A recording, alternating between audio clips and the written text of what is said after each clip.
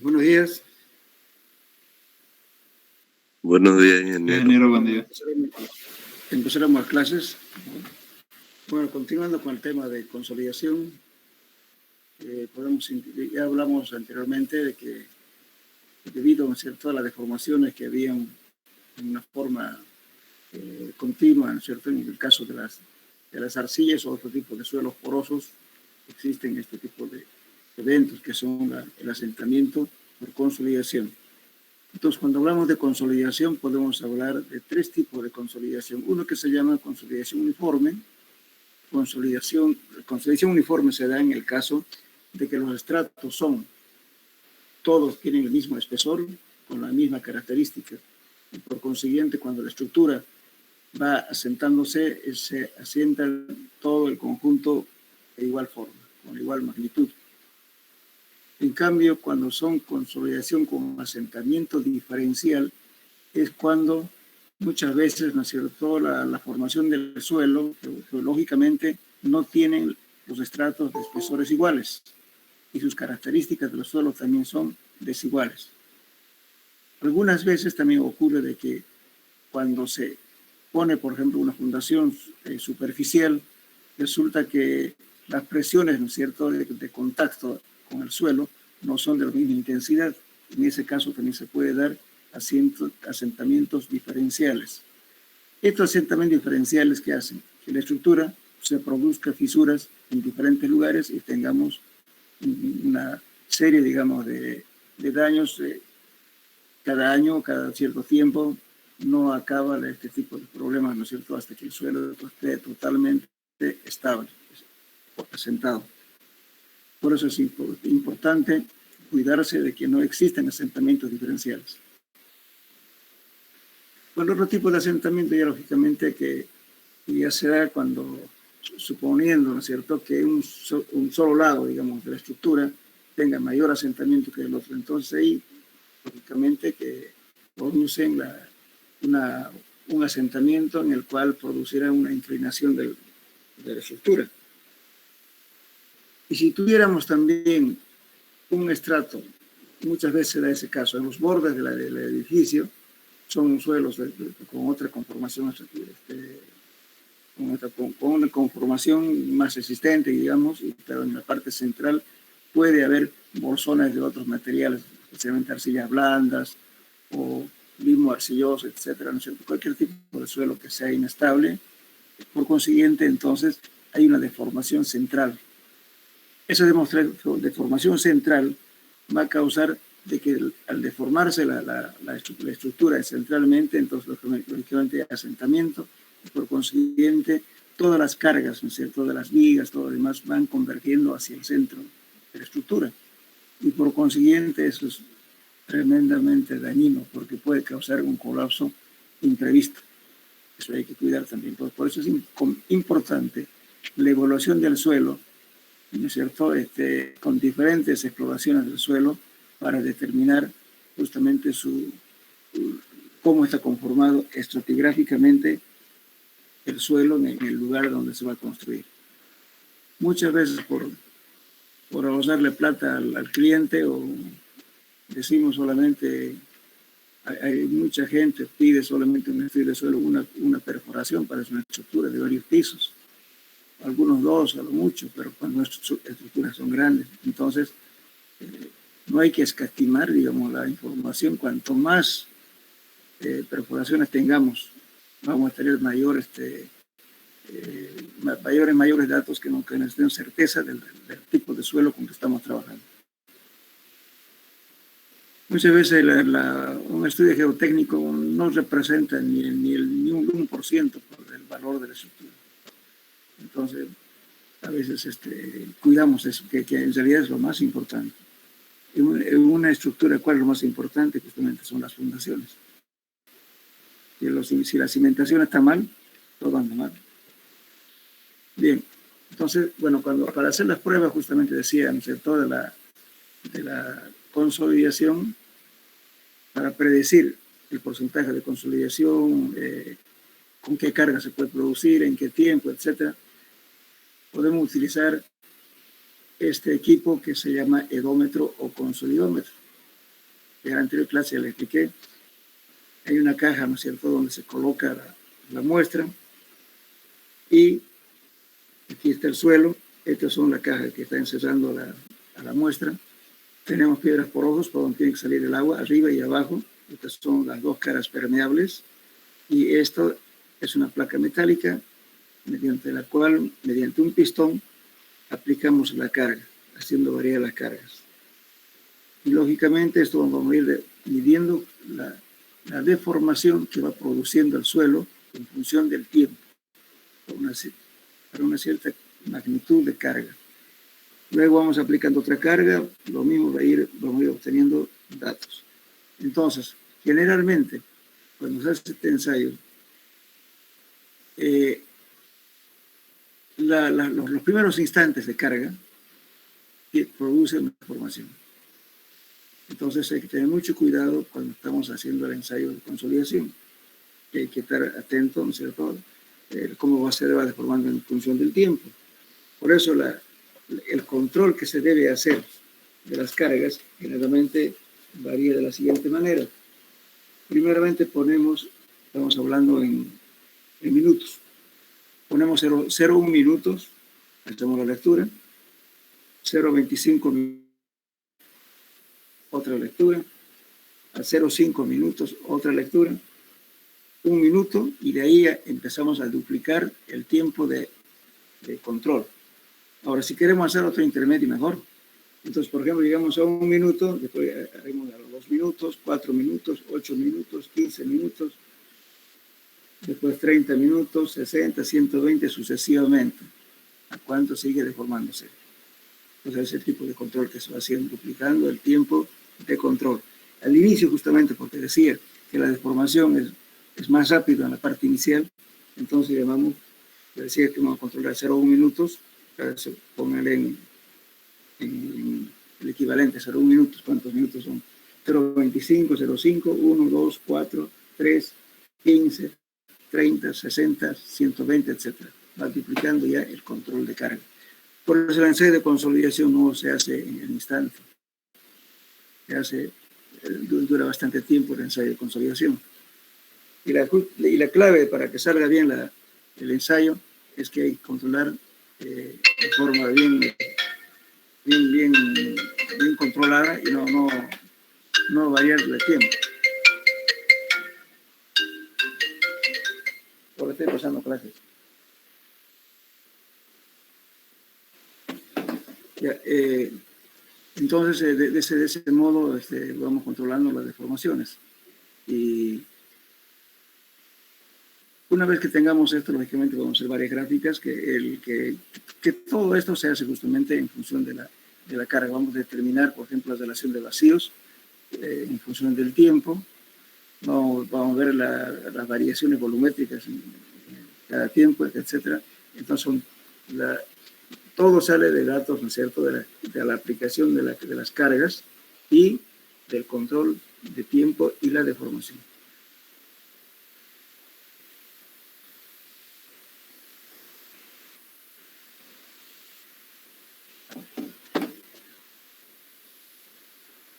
Bien, ahora, con la gráfica que hacíamos justamente en la anterior clase también les mostré, tratamos de encontrar un valor de C sub C y el índice de compresibilidad.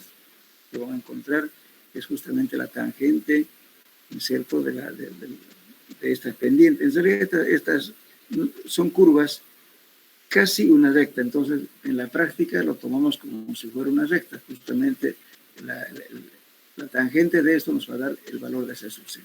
Aquí estamos en una gráfica de la deformación unitaria versus la aplicación de la carga de la presión efectiva. Aquí estamos haciendo variar justamente también del mismo ensayo que hemos visto, la relación de vacíos versus presión efectiva. Bien, entonces todo esto lo podemos calcular, por ejemplo, la deformación unitaria va a ser no más que la altura total, perdón, la deformación sobre la altura total. Vamos a dar el sentido. Entonces, de aquí empezamos a hacer los cálculos. Entonces lo que perseguimos son ciertas gráficas y vamos a hacer otra más gráfica de todos los ensayos, del ensayo que le acabo de explicar. Generalmente, las muestras tienen que ser inalteradas y para eso se utiliza, si se puede, hacer una excavación y sacar la muestra mediante, sin forma directa, mejor, pero si no, hay que usar un muestrador de pared delgada conocido como tubo Shelby. En el suelo 1 hemos hablado de eso. Si queremos sacar muestras a bastante profundidad, entonces hay que usar el tubo Shelby. El Shelby nos va a servir sacar muestras para dos cosas, para varias cosas en realidad. Porque el tubo Shelby le va a sacar una muestra inalterada, que es un tubo de pared delgada que se puede meter a presión o simplemente con golpes de la penetración del SPT, con el mismo martillo, se va golpeando despacio. O en su defecto, se aplica un gato hidráulico y se le empuja para que el muestrador entre y saque la muestra inalterada. Con la muestra inalterada, moldeamos la muestra y hacemos el ensayo de consolidación. Podemos hacer la relación de vacíos original, ¿cierto?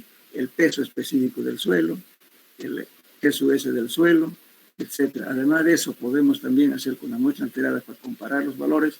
Hacemos la compresión inconfinada, que es un ensayo de axial que se aplica una carga, que justamente vamos a ver en el curso del curso, la compresión inconfinada, que es un ensayo bastante fácil de realizar y nos da parámetros muy próximos a los valores que encontramos en el ensayo triaxial. Y también nos sirve para determinar justamente la cohesión. La cohesión última, dividido entre 2, eso nos da la cohesión y compresión confinada. Estoy hablando de esto porque las muestras inalteradas sirven para varios ensayos reales. Porque después cuando la muestra, por ejemplo en la arena es difícil sacar a mucha profundidad una muestra inalterada. Pues hay que relacionar eso con los números de golpes de SPT aproximados. En cambio de las arcillas sí se puede sacar muestras inalteradas y esos son los reales, que es lo que debe pretender siempre sacar en cada trabajo una muestra inalterada. Bien,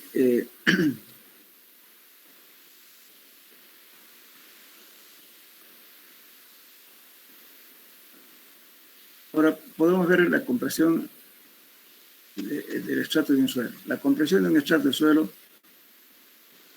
que tenga una relación de vacíos inicial, que lo llamamos de sub-0, justamente esto es una muestra inalterada. Entonces nosotros podemos comparar esto, ¿no es cierto?, con lo que se hace en laboratorio y lo que se hace en el campo. Entonces, lógicamente, estamos tomando este dato, fíjense, como volumen igual a 1, esta es la relación de vacíos, este es decir, la variación de la relación de vacíos cuando se aplica la carga y en función del tiempo. Entonces, esto ocurre en el campo. Relacionando estas dos cosas, vamos a calcular justamente el asentamiento. En el campo, ¿qué hacemos? Este es en la altura total. Esta es parte de aquí, estamos viendo la altura total. Pero cuando se asienta, tengo un delta H. Entonces voy a relacionar esta altura total con la disminución de la deformación del suelo, que es delta H. Entonces, justamente haciendo estas relaciones, vamos a sacar después vamos a ver, aprovechando todo esto, vamos a sacar algunas fórmulas para calcular el asentamiento de un suelo. Entonces, en el laboratorio, tenemos delta E, que es la relación de vacío, ¿cierto?, que disminuye, y el volumen de vacío va a ser justamente la cantidad de poros que existe en este estrato de suelo. Y el volumen de los sólidos vamos a llamarle 1, entonces el volumen total va a ser 1 más E sub 0. Entonces esto vamos a relacionar para llegar a hacer unas fórmulas, y después vamos a ver eso. Bien. Disculpen un ratito, por favor.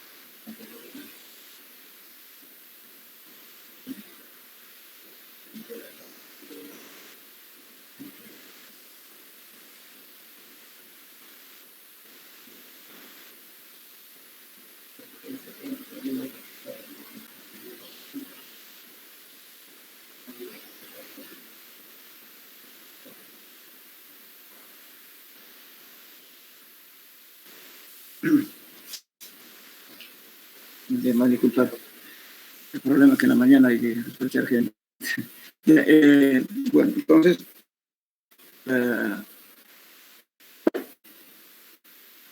justamente ahora con el asunto de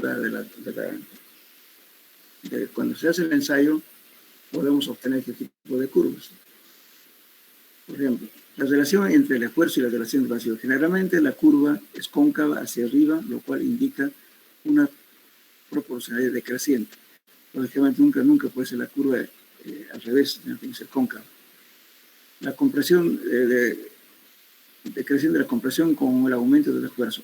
El esfuerzo también tiene que ser gradual, siempre tratar de duplicar las cargas cuando está aplicando la carga. Por ejemplo, digamos, yo puedo empezar, qué sé yo, por así decir, qué sé yo, de 1 kilo, digamos, 1 kilo por centímetro cuadrado. Después aplicaré a 2, a 3, a 2, a 4, sucesivamente vamos duplicando también las cargas para que varíe justamente la aplicación de la carga. Siempre tratando de duplicar las cargas. Eso lo van a ver ya en la parte de la práctica en laboratorio.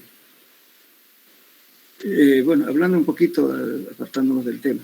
En laboratorio tienen varios equipos de consolidación.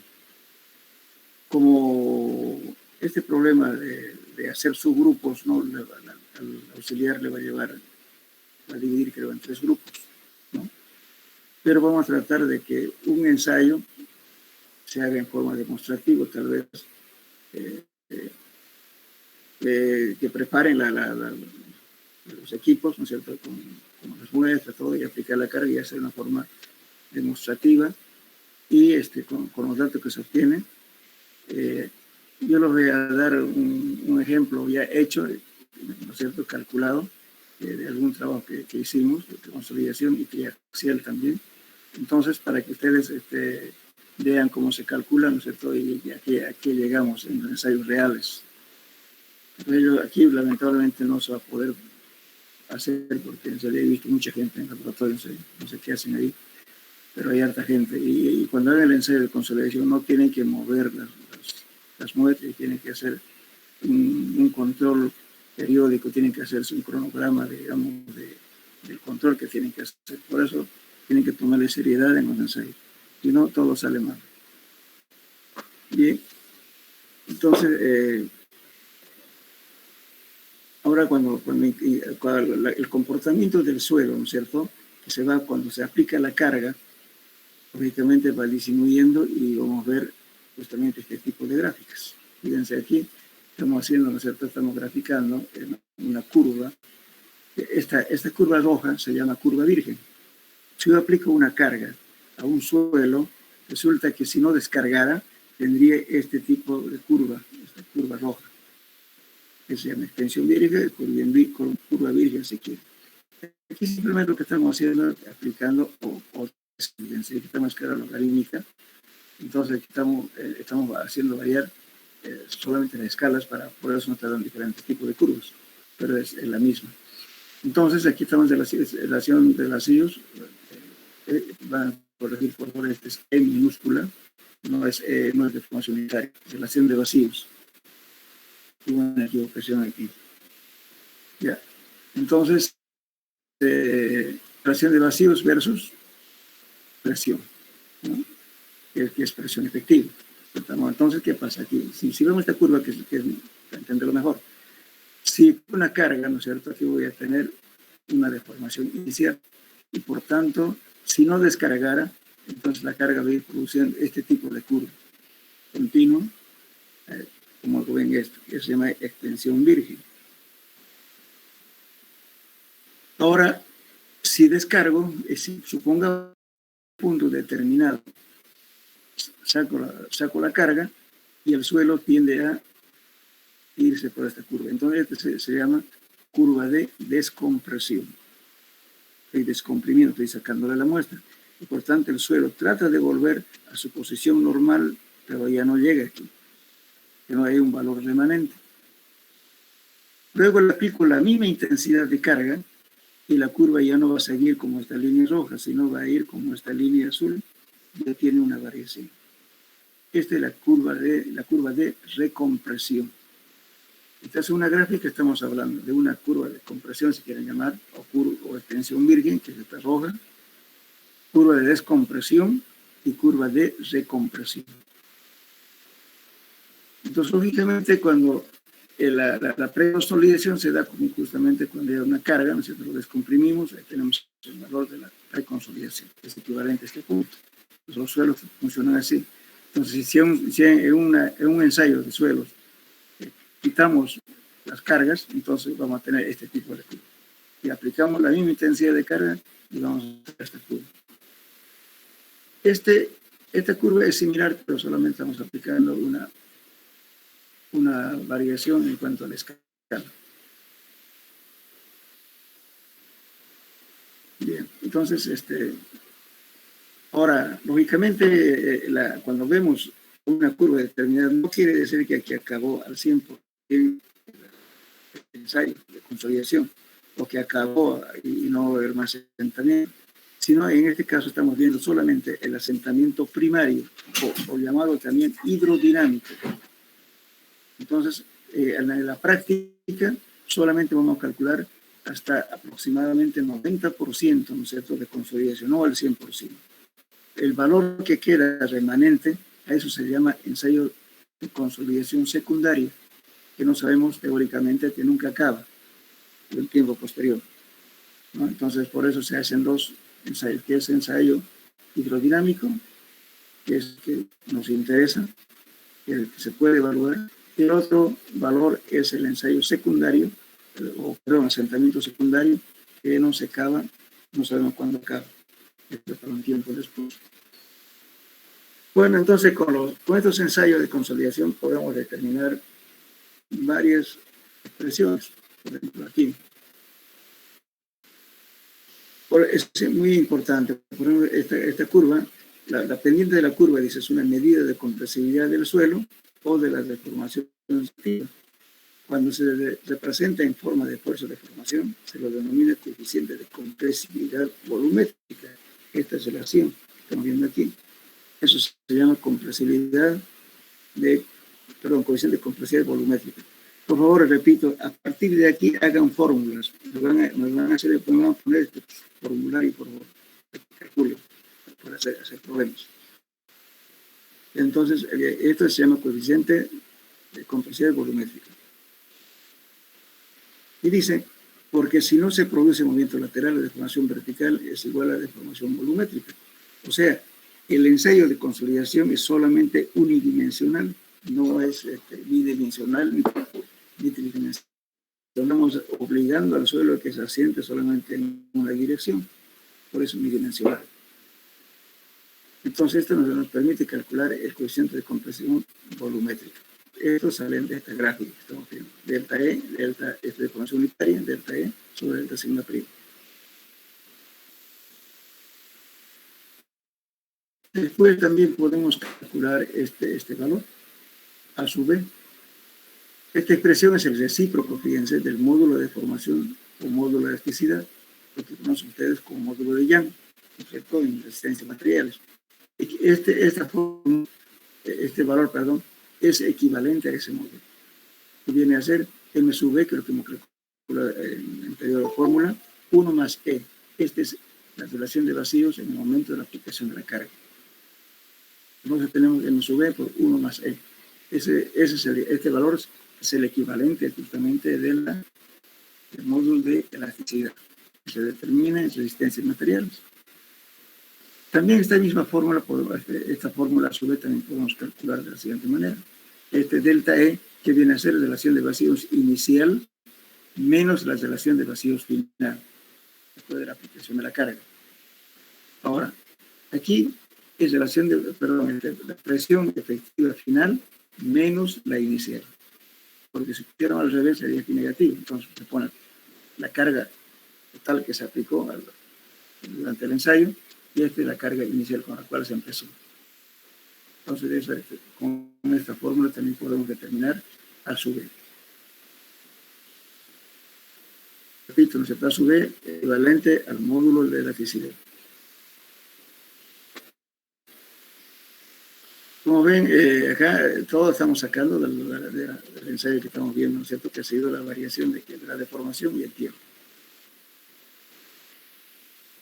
Bueno, ahora la representación logarítmica dice: si la curva edométrica, o sea, el ensayo de consolidación, se dibuja en papel semilogarítmico, en las abscisas sean los logaritmos y de los esfuerzos y las ordenadas de relación de vacíos, como vemos en la figura 83A.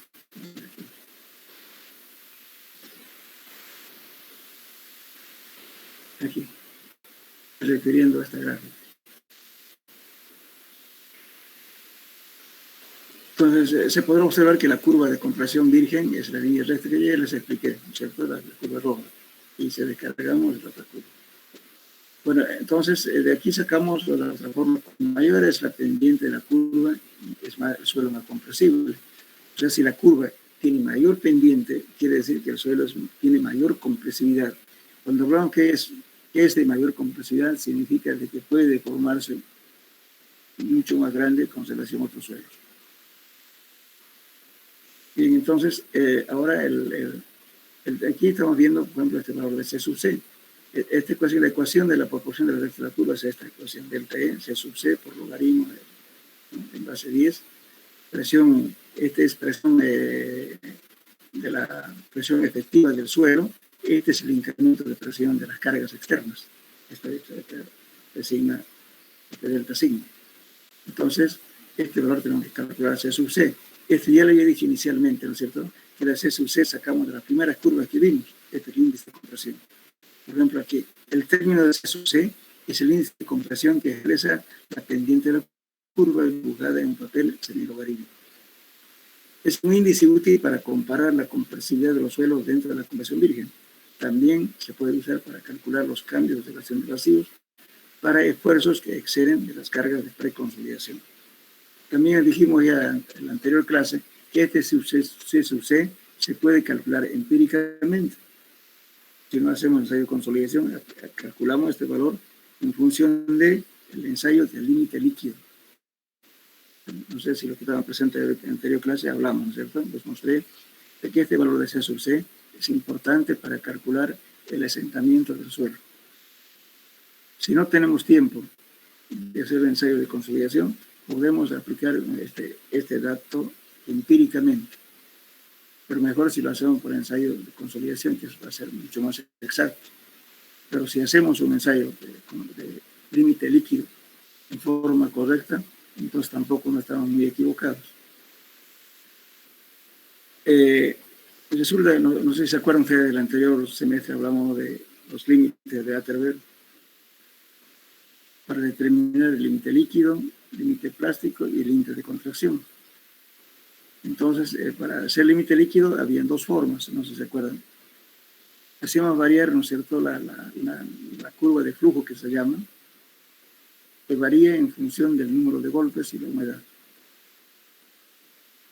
Entonces, generalmente se hace 4 ensayos con aparato de casa grande para obtener una recta. Entonces, ese método hay que aplicarlo para determinar el C sub C. Ahora también otro método que es una fórmula, que les di una fórmula que valía para 20 a 30 golpes, ¿no es cierto? Esa fórmula, en lo posible no hay que usarlo, pues si nosotros queremos calcular el asentamiento en función de este valor empírico. Hay que tratar de hacer siempre mediante la curva de flujo, haciendo variar el número de golpes y haciendo variar justamente la humedad. Es más real. Entonces, si está bien hecho el límite líquido, entonces da muy cerca lo que se obtiene con el ensayo de consolidación.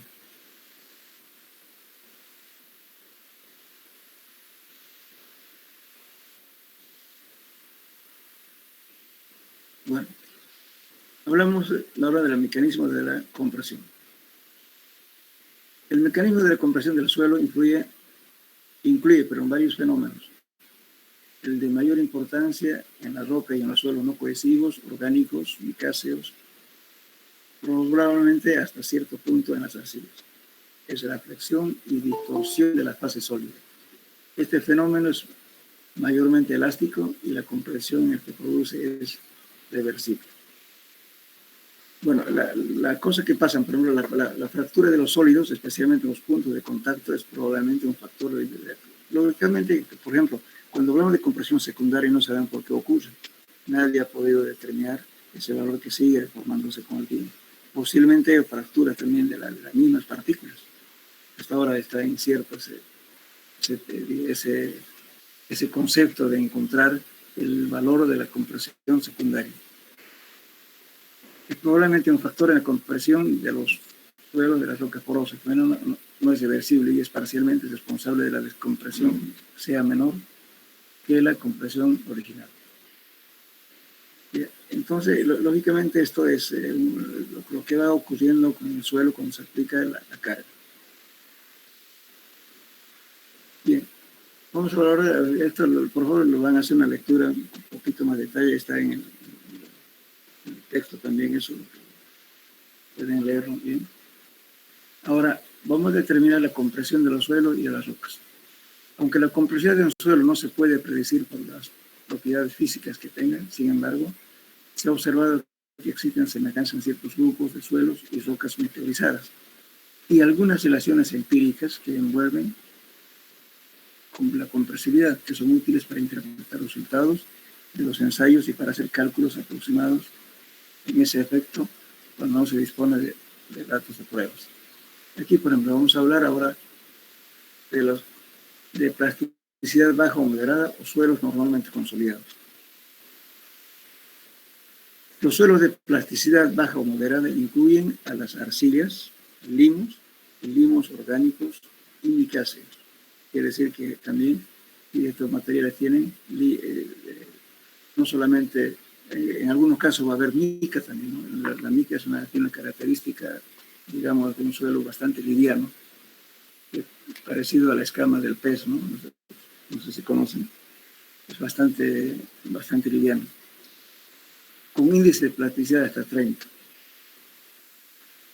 Entonces, así como las arenas, gravas y rocas porosas, si en los suelos no han sido sometidos nunca a fuerzas superiores a lo que provienen de la sobrecarga natural de la tierra, se dice que son suelos normalmente consolidados.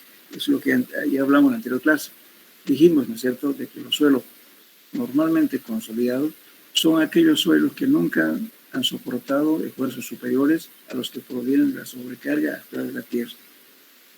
Entonces, la característica de estos suelos normalmente consolidados, dijimos que eran relativamente blandos, con baja resistencia de soporte, tenían una relación de vacíos alto, la porosidad también, y con altos contenidos de humedad.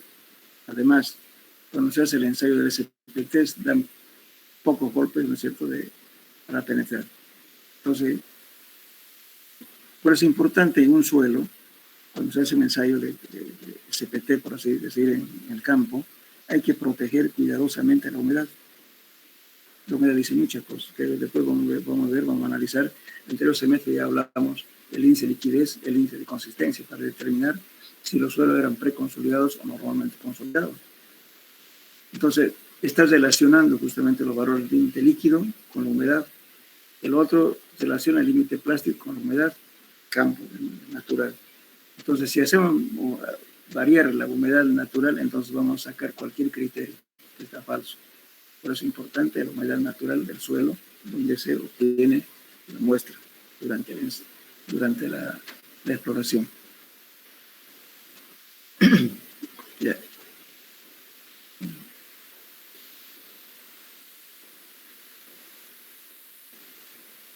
Y tiene, dice, las características de la curva hidrométrica dibujada en la coordenada en el origen, lo que me dijo exacto, ¿no? La figura 83b, que no sé si lo pasamos aquí. Se está refiriendo a esta curva.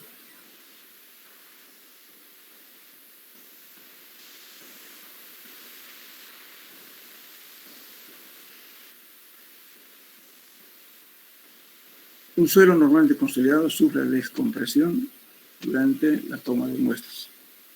El esfuerzo se puede reducir a cero o puede ser parcialmente sostenido por la tensión capilar. En ambos casos, la curva de fuerza de relación de vacío que se obtiene en el laboratorio representa la recompresión hasta que no exceda el esfuerzo inicial que existe en el momento de aplicar. Justamente, sigma C' es la presión efectiva. Bien, la mayoría de los suelos naturales sufren alguna alteración en el proceso de toma de muestras. Por eso estamos sacando muestras inalteradas. Y sacamos en forma directa, pero hay que sacar con mucho cuidado. Siempre se va a alterar algo, pero hay que tratar de no alterarlo mucho. Por lo tanto, la curva de esfuerzo de relación de vacíos obtenida en el laboratorio cae entre la curva correspondiente. Si el suelo es remoldeado y el suelo tal como existe en la naturaleza. O sea, en algunos casos, pero muy excepcionales, te puedes moldear la muestra. ¿Y qué significa remoldear? Supongamos que yo tengo una referencia de un pedacito de material inalterado. Voy a determinar su densidad, su relación de vacíos, etc. Entonces yo puedo relacionar eso y agarrar un molde y compactar el suelo, ¿no es cierto?, hasta llegar a esa densidad del lugar. Pero eso se hace en casos muy excepcionales cuando no se puede sacar la muestra inalterada. Pero en lo posible hay que sacar la muestra inalterada. Bien, entonces, bueno, de la curva que hablamos de este suelo, ¿no es cierto?, normalmente consolidado y obviamente de curvas. Ahora, esta curva corresponde, ¿no es cierto?, a un suelo preconsolidado. Un suelo preconsolidado es aquel que ha sido sometido a un esfuerzo, deltas, o sea, la presión efectiva, muy superior a la que produce la actual sobrecarga de la Tierra. Y esto en la anterior clase dijimos que anteriormente, posiblemente, ¿no es cierto?, sobre el suelo que existe, sobre el estrato que estamos estudiando, haya habido otra carga mucho mayor, ¿no es cierto?, que ya produjo una deformación. Y por tanto, esos suelos se caracterizan por ser duros, un poco porcentaje de humedad y también bajos de relación de vacíos, etc. Y estos ejemplos tenemos muy cerca. Ustedes van cerca del Torno, casi en toda la río Piraí, desde ahí hasta, incluyendo la zona de Urubú, hay una parte, ¿no es cierto?, que llega la terraza aluvial o los suelos, los sedimentos aluviales que está transportándola, está a pocos metros. Y después empieza una arcilla muy dura, que es justamente la culminación de la formación Chaco. Y por consiguiente ahí van a sacar muestras que tienen porcentaje de humedad próximo a cero. Entonces el agua que está pasando a través de miles de años no la ha llegado a humedecer, fíjense. Cae un suelo preconsolidado. Seguramente en épocas muy lejanas había una carga tan grande, ¿no es cierto?, que produjo la deformación del suelo total y ha hecho que se produzca el efecto de preconsolidación. Por eso nosotros en Santa Cruz estamos en la culminación del Chaco, formación Chaco, y donde empieza la formación veniana. Por eso decimos nosotros que nuestra formación geológica es Chaco-Veniana.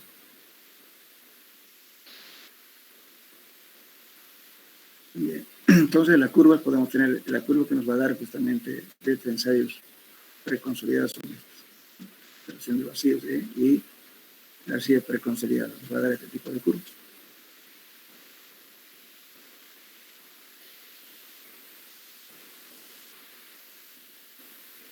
Bueno, cuando vemos estas curvas, por ejemplo, cuando hablamos suelo cementado, no quiere decir que va el suelo cementado, ¿qué significa?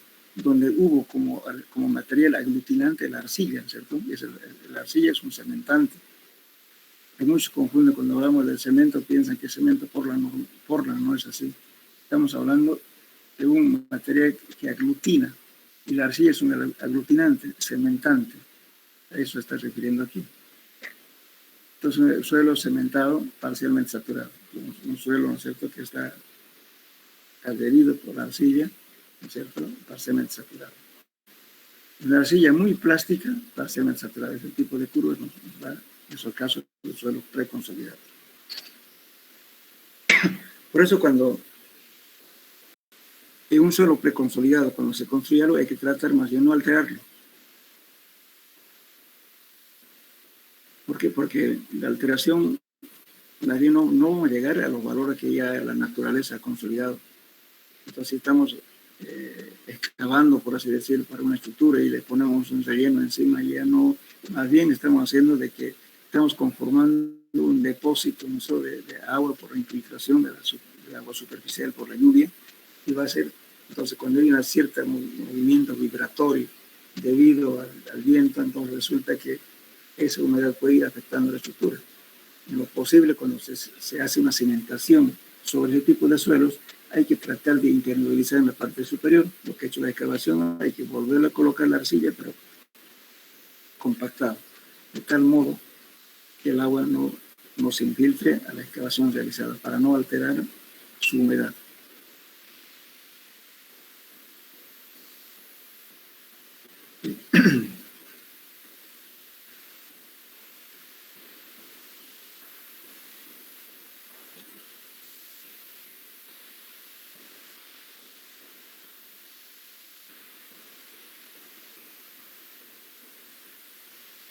Bueno, hay diferentes tipos de arcillas, por ejemplo, cuando arcillas sensibles, dice las arcillas sensibles, y otros suelos son estructuras floculadas o muy esqueléticas, presentan una tercera curva de la característica de la figura 84D. Lo que hace, este sería este tipo de curva. Entiendo aquí. Eso, digamos, información justamente de los jóvenes. Que quieran ampliar un poquito más el tema, pueden buscar el libro de mecánica de suelo y cimentación de los jóvenes.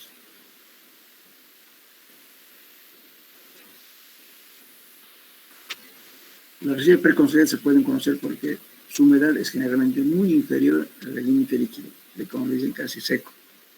En los suelos excesivamente preconsolidados, con dieta muy preconsolidados, particularmente si la causa es desecación, la humedad puede ser algunas veces menor que el límite plástico. Por eso es importante la humedad, como se decía, uno reconoce por eso, por cuánta humedad. Porque si a mí me dice, por ejemplo, que el suelo tiene, por así decirle, 5 golpes, y que sea, digamos, con una humedad muy baja, entonces vamos a tener que sospechar. Entonces siempre estás relacionando la cantidad de golpes con humedad. Si tenemos un suelo duro, lógicamente tiene que ser muchos golpes y poca humedad. Si la humedad es muy baja, entonces los golpes también son bajos. Son golpes altos, entonces. La RIP, entonces, aquí da la característica justamente de las arcillas preconsolidadas. Decíamos que en los suelos excesivamente preconsolidados la humedad puede ser alguna vez menor que el límite plástico. Sus índices de compresión, lo que se llama la preconsolidación, se puede hallar empleando la misma relación que se usa en las arcillas normalmente consolidadas. La preconsolidación es extremadamente importante en las cimentaciones. Un suelo que sea esencialmente compresible no es corriente que se asiente apreciablemente. Lo que los esfuerzos debido a las cargas de la estructura no exceden demasiado a los esfuerzos producidos por la carga de preconsolidación. Rara vez, cuando hagamos una estructura, va a ser equivalente a la carga que ya sufrió anteriormente el suelo. Entonces, por eso, los suelos, hacer una fundación sobre suelos preconsolidados no hay mucho problema.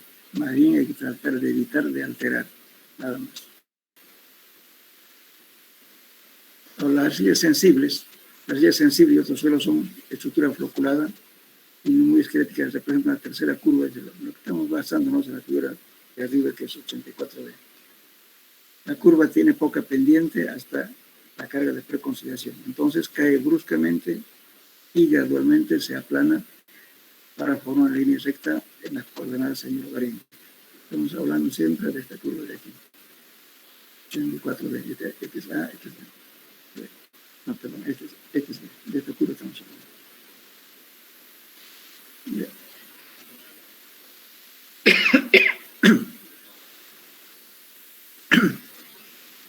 Ahora vamos a hablar justamente de los suelos expansivos.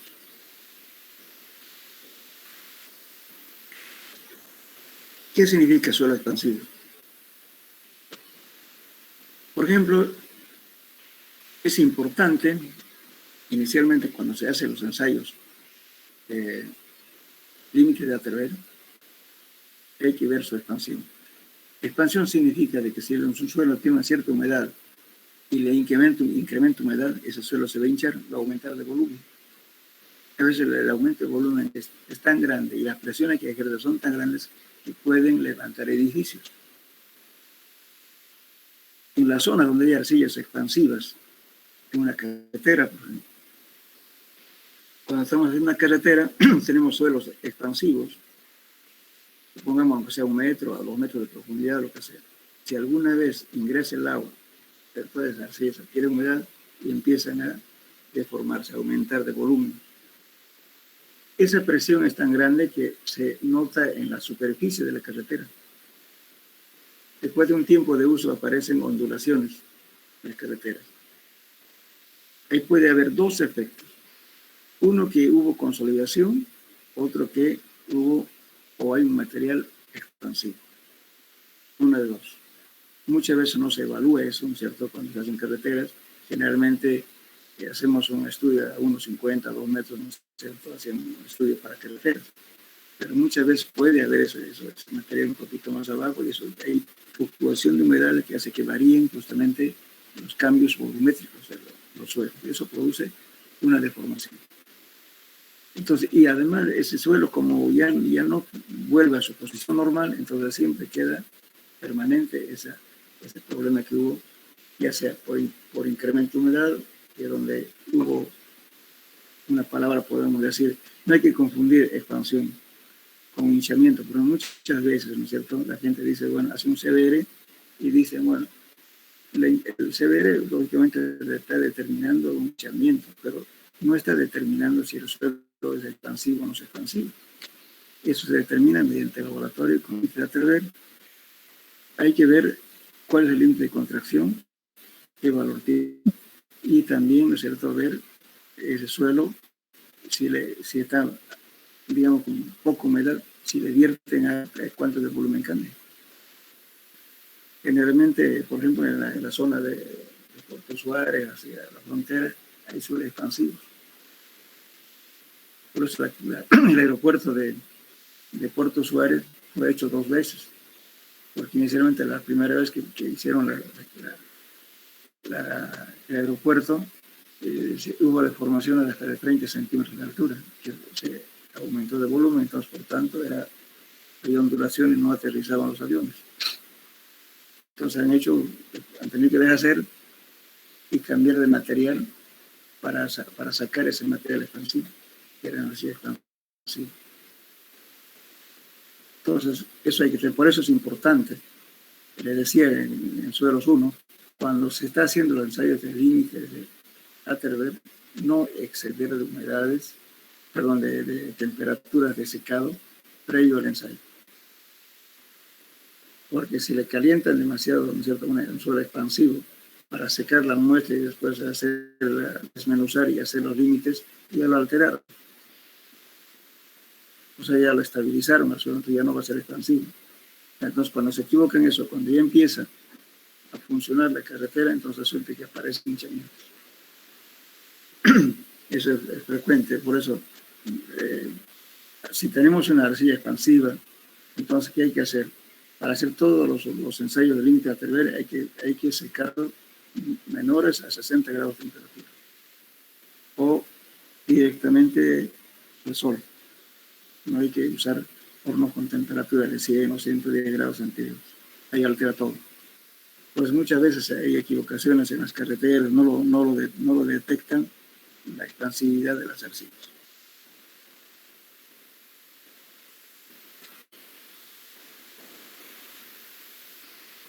Las arcillas es muy plástica y parcialmente saturadas y algunos suelos muy micasos pueden reconocerse fuertemente por desecación. Si tienen acceso al agua, están sometidos a bajos esfuerzos, absorben el agua y se expansionan.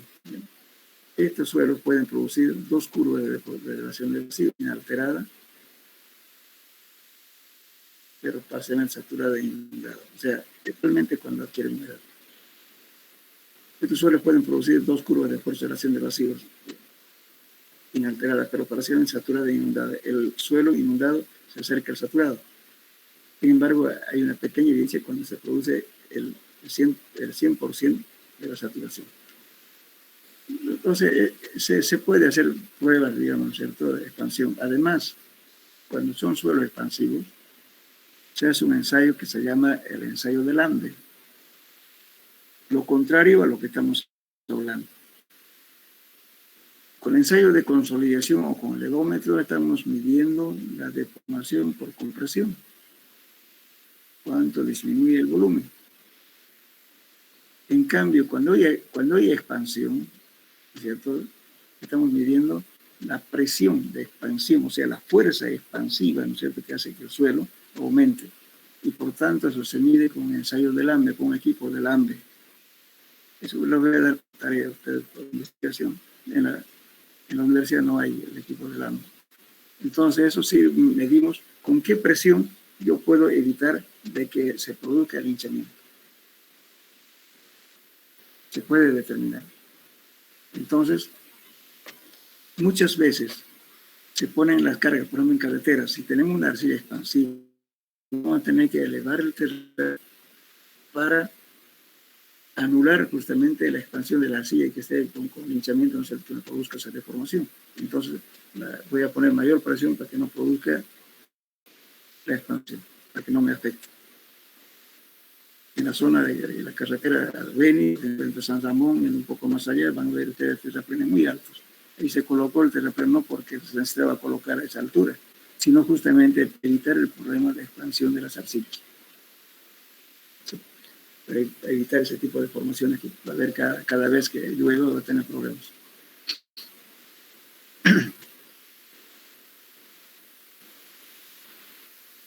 Bueno, por otra materia que se llama turba.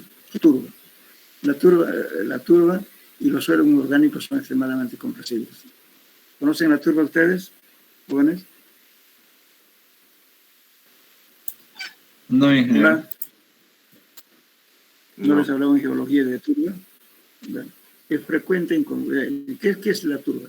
En realidad es la mezcla de, digamos, inorgánico con orgánico. Entonces, en proceso de la descomposición de los suelos, a veces se juntan esos materiales, ¿no? Generalmente son materiales grises o negruzcos, pero esos son susceptibles, ¿no es cierto?, a desintegrarse con humedad, que pueden estar duros, pero con la humedad se desintegra. Y para usar como materia de construcción no sirve. Muchas veces cuando está seco es duro, pero le pone el agua, y empieza a disgregarse. En la zona para que cuando vayan alguna vez, turba van a encontrar justamente partiendo de la carretera Samaipata, desde la angostura, ¿no es cierto?, donde empieza la subida, donde la curva hay una virgen. Un poco más allá van a ver algunas partes, van a ver unos cortes que hay, ¿no es cierto?, de una roca color, ¿cómo puedo decir?, negruzca, color gris. Esa es la turba. Esa turba es mezcla justamente de inorgánico con orgánico durante un proceso, lógicamente, de mucho tiempo, ¿no?, de miles de años. Entonces, cuando eso no sirve como material de construcción para nada. Alguna vez lo utilizan más bien como abono cuando está molido. No sirve ese material. Bueno, aquí dice, por ejemplo, mire, las turbas y los suelos muy orgánicos son extremadamente compresibles, dependiendo de su relación de vacío. La curva de presión en relación de vacío se aparece en las leyes ligeramente preconsolidadas. La curva virgen, dibujada en papeles según árabes, es muy recta. Ha llegado índice de compresión tan altos, hasta 15, fíjense, en algunas turbas, que tienen una relación de vacíos muy alta. O sea, es que tienen materia orgánica, entonces su relación de vacíos son bastante altas. Y cuando se pone una carga, lógicamente no soportan. Ahora las arenas. Las arenas se consolidan mayormente con la reorientación y fractura de los granos, acompañadas por alguna distorsión elástica de los mismos. El índice por lo general siempre es menor a 0,1. Las curvas son parecidas a las de las arcillas. pero lógicamente con la presión muchas veces pueden romper las partículas. Ahora, la complejidad en las rocas, también las rocas fracturadas. Por eso es importante cuando vemos en un puente, por ejemplo, en la mecánica, hablando, cortando con guantes, sacamos un testigo. Ese testigo lo vamos a someter a lo que llamamos RQD. El RQD son partículas mayores o iguales a 10 centímetros. Es el RQD. En función de eso, vamos a ver la calidad de la roca. Sometemos a compresión, nos puede dar un valor muy alto. Pero va a depender de la disgregación de esos materiales para aplicar un coeficiente de seguridad. El coeficiente de seguridad en roca se puede manejar entre 5 hasta 25 o 27, dependiendo, digamos, ¿cierto?, del porcentaje de recuperación que se hace durante el muestreo. Entonces, aquí, por ejemplo, en la roca muy del cielo con bajas relaciones de vacíos observados prácticamente incompresibles. Pero, si está disgregado en un no va a poner lo que la probetita le dijo, qué sé yo, 100 kilos por centímetro cuadrado, ¿no? Tiene que poner un coeficiente de seguridad bastante alto para que le dé los valores muy bajos, ¿no? ¿Por qué? Porque justamente cuando se aplica la presión con una presión determinada, supongamos un puente, entonces lógicamente las partículas se van a ir acomodando y ese acomodamiento produce deformaciones. Por eso no hay que excederse de la... Muchas veces se colocan zapatas, por ejemplo, para puentes. Entonces, si le dan, qué sé yo, una rotura de una probetita, le van a dar 70 kilos por centímetro, no le dé 70, limítele, hay que darle menor o igual a 3.5 o 4 máximo de presión, de tal modo que la estructura no sufra esa deformación. Por eso es importante sacar, cuando se perfora en rocas, sacar los testigos, ¿no es cierto?, lo que llamamos los famosos RQD. Los RQD son calidad de roca, que son partículas mayores o iguales al 10% que sale de un muestreo, al 10 centímetros arriba. Bien, entonces, las rocas más porosas incluyen la lutita. ¿Qué es la lutita? ¿Alguien me puede decir la lutita? A ver, ¿qué es lutita? O limolita. ¿Saben?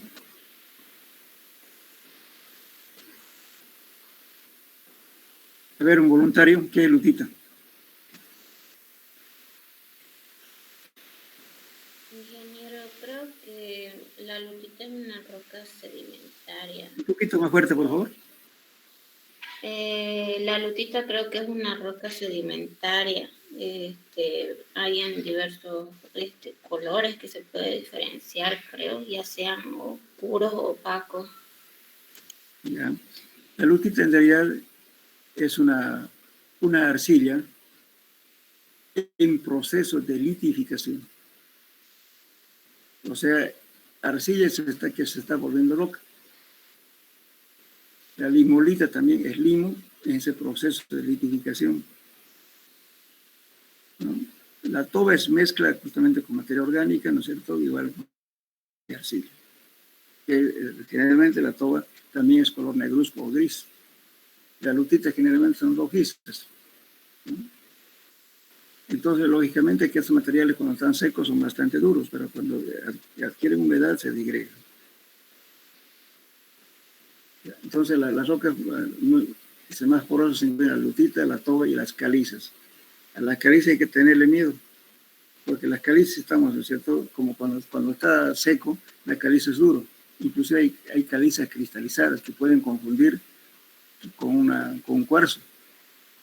Parece cuarzo, pero no es cuarzo. Entonces, para salir de duda, ese material siempre hay que vertirle una gota de ácido nítrico, o si no tiene ácido nítrico, echan ácido sulfúrico, aunque se saquen de la batería del auto, nos echan unas gotas. Si hay efervescencia, significa que tiene caliza. Entonces, ahora, si no reacciona al suelo, bueno, entonces no hay nada caliza. Entonces puede ser que sea cuarzo. Muchos se equivocan con las calizas endurecidas, que son casi cristalinas, ¿no? Pues eso ya son, a simple vista parece que fuera cuarzo, pero no es. Siempre hay que probarle con unas gotitas de ácido nítrico o con ácido sulfúrico, si el caso no hay nítrico. Bien.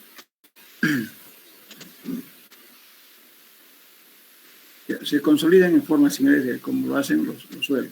El mecanismo de la consolidación de las rocas parece ser una combinación de intrusión elástica del armazón sólida formada entre los poros. El aplastamiento de las rocas en algunos puntos está muy esforzada. Las curvas de presión, relación de vacío de las rocas porosas son semejantes a los suelos preconsolidados. O sea, no hay que confiar justamente también no es un proceso, como lo puede decir, la consolidación en las rocas, como el asunto de un suelo, por ejemplo, la arcilla. No es un proceso más que todo, por ser muy porosos, se aplastan por las cargas, o en su defecto, si están totalmente dados, entonces se acomodan, y eso produce asentamiento.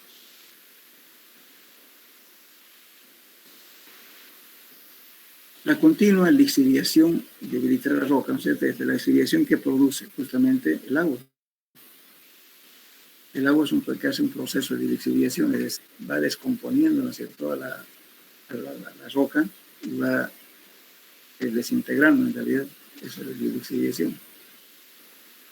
Lo cual permite una consolidación adicional. Entonces, lógicamente, si el agua está pasando, se está llevando partículas sólidas, entonces las piedritas que hay ahí va quedando más chicos, entonces también producen más asentamiento. Esto se ha observado en las calizas blandas y es posible que se produzca en la toba. La lixiviación de la roca parece que aumenta con el esfuerzo y de modo aumenta el asentamiento con el aumento de la carga y también a medida que pasa el tiempo. Este suelo se puede evaluar produciendo en el laboratorio de lixiviación de las rocas bajo los efectos de la carga. Podemos hacer ensayo de eso. Lógicamente, si le echamos un líquido, va a haber se va a producir la lixiviación. Y lógicamente, la lixiviación, ¿qué está haciendo? Está desintegrando, está reduciendo el volumen del elemento, en este caso de las rocas. Y eso ocurre, ¿no? Cuando un suelo, cuando pasa el agua, por ejemplo, a través de las rocas, hay que ver qué es lo que pasa. Si está llevando lixiviado, significa que esa roca se está desgastando. A la larga se va a producir la deformación. Bueno, eso más o menos son los efectos, ¿no es cierto? Por eso no hay que decir que es roca, no se asienta nunca, no. En los puentes generalmente eso a veces confunden, ¿no? Dan datos de raros, ¿no?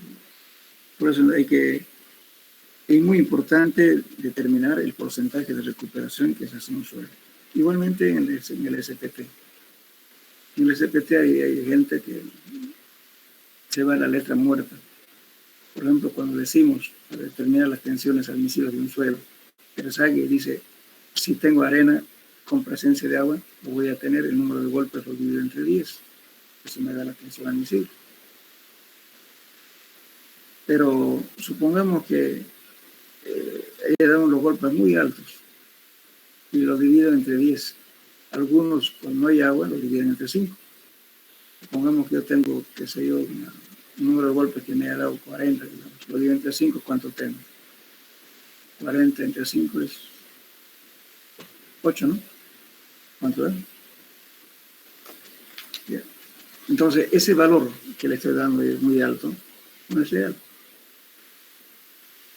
Porque alguna vez va a estar sometido, por ejemplo, al agua. Hay que siempre considerar que la fluctuación de las humedades hacen que la resistencia de los suelos baje en un instante. Entonces no hay que ser tan optimista de poner lo que dice la fórmula. En algunos trabajos he visto tensiones admisibles de las arenas 15 kilos por centímetro cuadrado. Esos 15 no pueden. Y es roca, pues. Entonces, lógicamente, los autores no le están diciendo tampoco cuánto va a limitar las cosas, ¿no? Y van al cálculo de pilotos, por ejemplo. Y la formuleta que aplicamos no le está diciendo hasta cuántos golpes de SPT vale. La fórmula es general. Entonces, por eso es importante muchas veces utilizar varias fórmulas para comparar. Hay fórmulas que son muy optimistas, otras muy pesimistas. Generalmente, ¿no es cierto? Si vemos que la edad es demasiado alto, pues como ingeniero no le va a poner eso, porque hay que poner siempre lo que le dé más seguridad. Bien. Pero vamos a hablar del proceso de consolidación. Esta curvita es importante. Fíjense aquí. Vamos a hablar primeramente de cuántas etapas se está produciendo el asentamiento.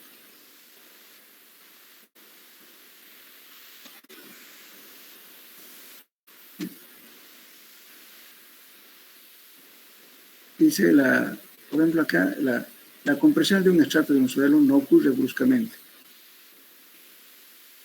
A menudo es tan lenta que cuesta trabajo creer que se está produciendo algún asentamiento.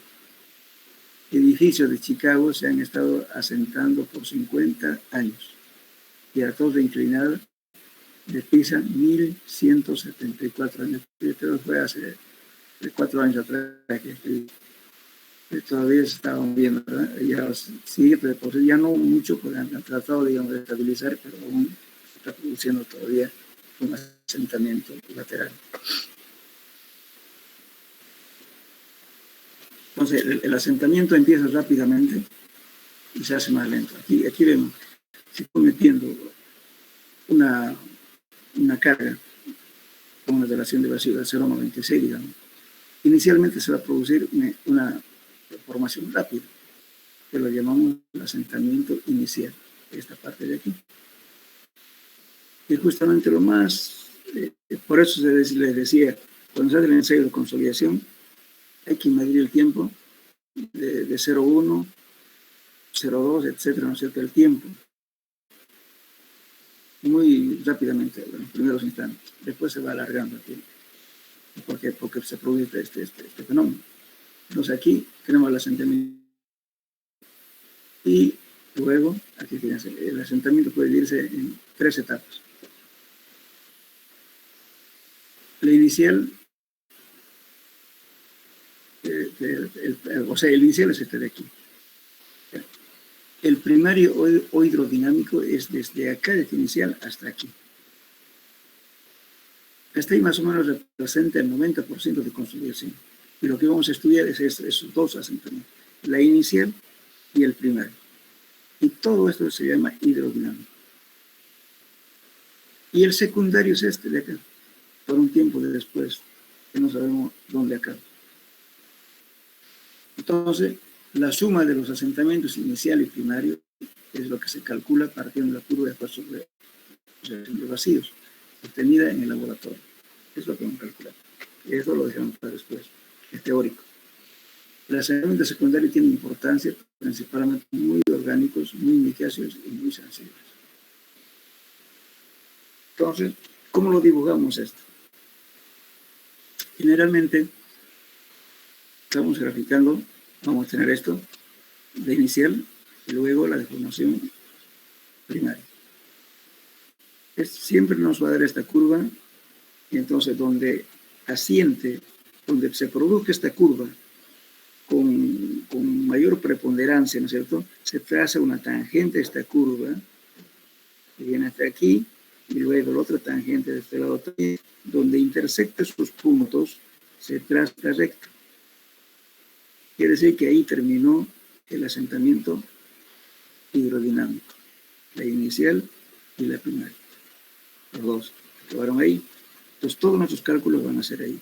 Ahora después, lógicamente, que esta curva es asintótica y va continuando, y este asentamiento secundario que es de aquí y acá, entonces no sabemos cuándo acaba, eso es un tiempo después. Eso se llama asentamiento secundario. Entonces, vuelvo a repetir, lo que calculamos en realidad es el asentamiento inicial y el primario, también llamado el hidrodinámico. Entonces esta curva es la más fácil de representar cuando se hace un ensayo de consolidación. Bueno, estas simplemente son la comparación de las cargas, ¿no es cierto? Cuando sale una abrir una válvula, etcétera. Lo van a ver en detalle.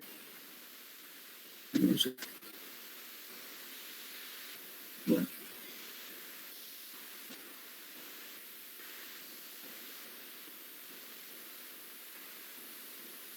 Aquí vamos a ver ahora el porcentaje de consolidación. ¿Qué es porcentaje de consolidación? Lo vamos a llamar con letra U. El porcentaje de consolidación se define como el porcentaje promedio del esfuerzo adicional cuando se aplica este delta sigma primo, que es soportado por el aumento del esfuerzo efectivo y el porcentaje de la compresión total. Aquí le van a poner primo porque le falta un puntito para que sea efectivo. Por eso dice aquí que es soportado por el aumento del esfuerzo efectivo. ¿Ya? Y representa el porcentaje de la compresión total o máxima que haya ocurrido en nuestra. El porcentaje de consolidación depende de varios factores. Depende de la permeabilidad del suelo, que esto lógicamente influye en que en la velocidad de la filtración, ¿cierto? 2, espesor del estrato, que influye, ¿no es cierto?, en el volumen del agua que debe filtrarse, como en la distancia que debe atravesar ese estrato, y el gradiente hidráulico. 3, el número de fronteras. ¿Qué es el número de fronteras? Si yo tengo, digamos, una arcilla y encima tengo arena, abajo tengo arena, entonces quiere decir que el número de fronteras es 2. ¿Por qué? Porque el agua va a salir por ambas caras. Ahora, si yo tengo roca, tengo arcilla y encima tengo arena, entonces ¿por dónde sale el agua? Solamente por la arena, ¿verdad? Entonces mi cara permeable es 1. Entonces depende eso de cuántos números de fronteras permeables tiene el estrato que esté estudiando, si son 2 o 1.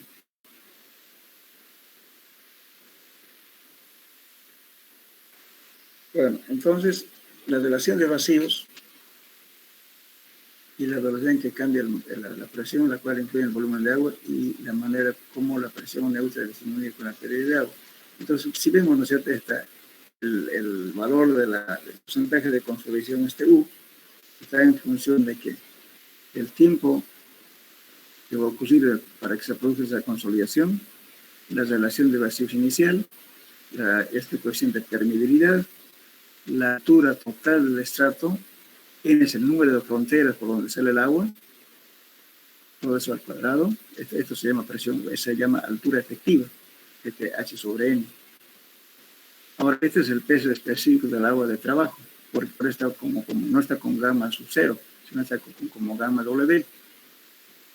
El agua, cuando hablamos de gamma sub 0, que es igual a 1 gramo por centímetro cúbico, estamos hablando del agua destilada a nivel del mar y a 4 grados centígrados de temperatura. Ahí vale 1. Pero cuando hablo gamma W es agua de trabajo. ¿Qué quiere decir eso? El agua a cualquier altura del mar y a cualquier temperatura. Eso es, por eso estamos hablando. Pero por razones de cálculo siempre adoptamos 1 aquí. Bien, a su vez, este valor, ¿no es cierto?, que hemos determinado anteriormente, ¿no? A su vez, de todo esto calculamos el porcentaje de consolidación. Entonces, además de eso, hay un abaco que nos va a permitir encontrar justamente este porcentaje para calcular, que nos facilita. Entonces, a su vez, la fórmula anterior ya vimos relación de vacío inicial menos relación de vacíos, relación de vacío inicial menos relación de vacíos final y presión efectiva final menos la presión efectiva inicial. Entonces el T, este factor T viene a ser esto, T, 1 más C por K por H sobre N al cuadrado a su vez por gamma del agua. Bien. Entonces nos vamos a esto. Fíjense, este abaco es una ayuda, pero este es válido solamente cuando las dos caras son permeables, ¿no? Entonces este lo determina el porcentaje de consolidación y tenemos este valor factor tiempo. ¿Factor tiempo cuál es? Este valor, T. Ese que en realidad es esto. Ese es el factor tiempo. Entonces, este factor tiempo lo calculamos y nos facilita calcular si las caras permeables son 2. Entonces, usamos este abaco. Supongamos, yo digo, quiero determinar mi 50% de consolidación. Lo tomo aquí, me estoy diciendo. Aquí voy a tener 50, ¿verdad? El porcentaje de consolidación. Y voy a tener un factor tiempo 2. 0,2, perdón. Ahora, con este dato de 0,2, estoy aquí. Esto ya tengo 0,2. Y de ahí puedo despejar este tiempo de consolidación. Entonces, este factor tiempo va a ser esto multiplicado por todo esto, ¿no es cierto? Relación de vacíos, permeabilidad, a su vez la altura efectiva, etc. Todo eso me permite calcular qué tiempo voy a tardar para que tenga un 50% de consolidación, o 60, o 70, como quiera. Entonces, este abaco es bastante útil para esos casos. Pero lo malo es que es limitativo. Solamente vale para cuando las dos caras son permeables, para ese caso. Y yo consolidación al tiempo de un estrato que drena por ambas caras y para cualquier distribución o aumento del esfuerzo, o para estratos drenados por una sola cara y una distribución uniforme del esfuerzo y una distribución uniforme del aumento de esfuerzo. Entonces aquí calculamos con eso. Entonces es importante hacerlo. O sea, generalmente el calo es fácil conocer. Es la permeabilidad de un suelo. Se sacan una muestra y hacemos un ensayo de permeabilidad. Anterior semestre ya vimos la permeabilidad puede ser por el método de nivel variable o carga variable, ¿no es cierto? Dependiendo del tipo de material. A su vez también sabemos la relación de vacíos y la presión que estamos aplicando. Aquí hay un error, por favor. A su vez por favor, ¿ya? Este es minúsculo aquí. Hay un error ahí. No puedo corregir eso.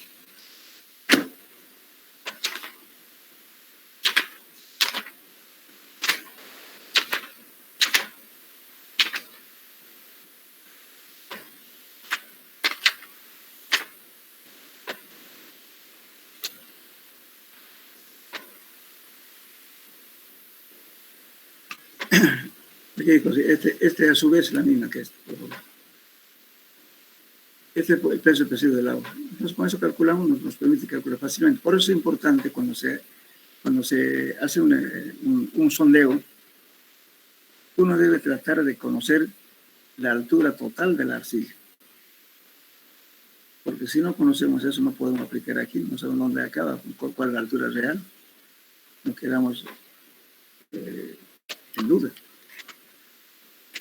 Por eso muchas veces cuando hay mucha gente dice, bueno, háganme un estudio, qué sé yo, de 6 metros. Por los 6 metros encuentra arcilla y lo dejan así. Pero ¿cómo va a evaluar el asentamiento que puede producirse si no conoce la altura total de la arcilla? Muchas veces entrar, aunque no le paguen a uno, ¿cierto? Hay que entrar para determinar esa altura, para que el calculista vea, digamos, ¿cierto?, cuánto puede ser su asentamiento. Bien. Bueno, por ejemplo, el análisis teórico de la consolidación está basado en varias suposiciones. El suelo es homogéneo, lógicamente, y está saturado. El suelo del término es constante durante el proceso de compresión y el movimiento del agua también es vertical. O sea, en realidad esto también diga, ¿no? Porque resulta que en la naturaleza el movimiento del agua es horizontal y además vertical. Entonces son suposiciones que están admitidas para el cálculo.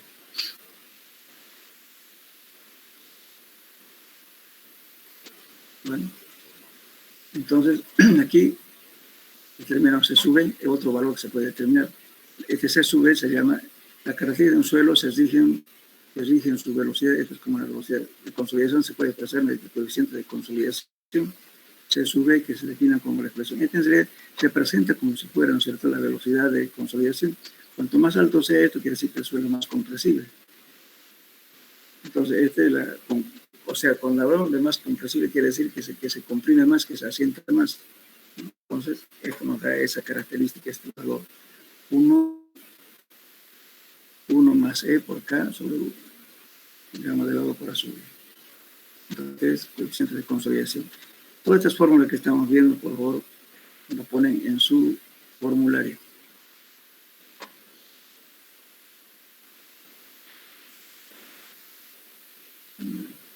Después vamos a hacer este ejercicio. Vámonos. La compresión secundaria. La compresión secundaria, fíjense, aquí vemos lo siguiente. Después de que el exceso de presión hidrostática se ha disipado, lo que dijimos en el laboratorio, solamente hacemos esto, y la hidrostática, ¿no es cierto? Que llamamos el asentamiento hidrodinámico. Cuando ya se ha disipado, dice, la compresión no cesa, ¿no es cierto? O sea, continúa la compresión, sino que continúa muy lentamente en proporción siempre decreciente por tiempo indefinido. Está esta compresión secundaria, que parece ser resultado de un reajuste plástico de los granos del suelo o a los nuevos esfuerzos, de la fractura progresiva de las ligaduras entre granos y posiblemente de la fractura progresiva de las mismas partículas. O sea, como ven, es teórico, esto no se ha definido cuál es la causa. La compresión secundaria se puede apreciar en un gráfico de asentamiento como una función del logaritmo del tiempo. La compresión secundaria se presenta como una línea recta con pendiente hacia abajo, en algunos casos una línea recta seguida por otra línea recta pendiente. O sea, veamos aquí. La misma gráfica que les mostré hace rato, ¿no es cierto? Pero está ahora hecho en la relación de vacíos versus tiempo. Entonces se ha hecho en una escala logarítmica, aquí logarítmica, aquí la escala normal. Entonces nos da este tipo de gráfica. Entonces desde aquí tenemos hasta acá la relación de vacíos inicial. De aquí tenemos el primario. Entonces esta curva nos va a dar como un poquito más acentuado esta curva de aquí. Pues justamente lo que les decía hace rato. Hago un tangente a la parte más pronunciada de acá, que es esta línea, y la otra tangente es aquí. Y intercepto este punto. Entonces de ahí trazo una horizontal paralela a este eje. Y tengo aquí entonces el asentamiento hidrodinámico, que involucra inicial y la... Entonces esto voy a calcular en laboratorio. Y esto después vamos a calcular justamente por estas fórmulas que voy a mostrar ahorita, el asentamiento secundario, que puede ser un tiempo, no sabemos dónde acaba. Entonces esta curvita se hace escala semilogarítmica para determinar dónde acabó. En la otra gráfica también sale, pero es menos pronunciado la curva. Si cambiamos de escala, vamos a tener esta curva. Entonces aquí es más fácil determinar dónde acabó el asentamiento inicial y el primario. ¿Qué es lo que nos interesa calcular? Bueno, entonces dice la relación de vacíos es su F, relación final, que corresponde al efectivo de la consolidación primaria, se puede hallar por la intersección de la tangente, lo que les expliqué aquí. Bueno, entonces aquí llegamos a esta fórmula.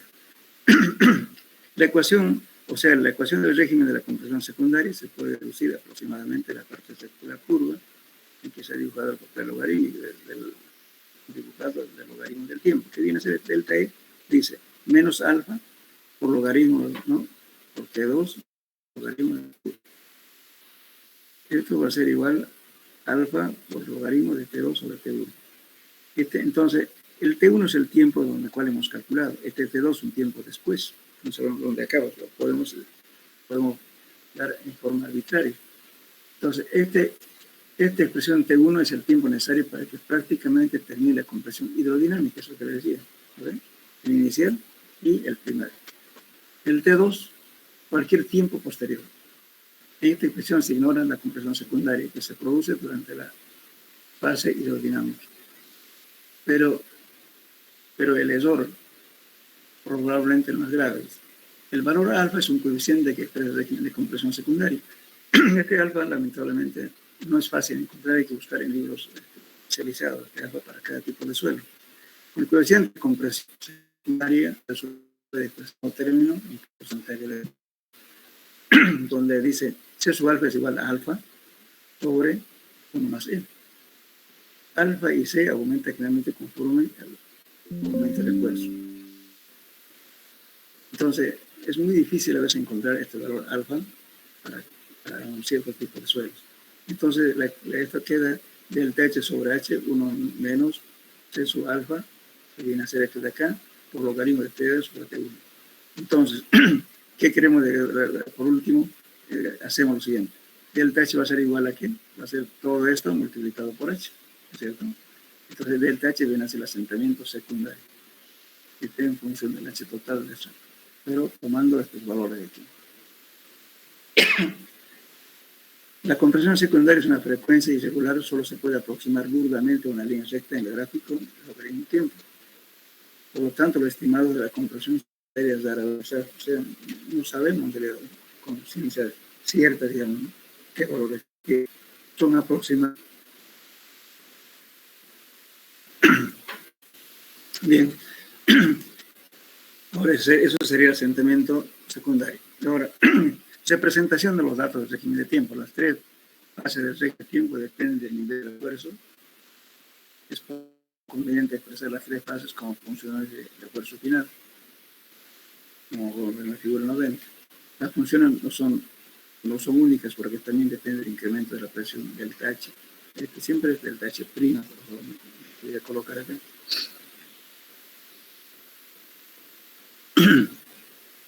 Bien, ahora vamos a ver, lo tenemos tiempo, ¿no? Bien.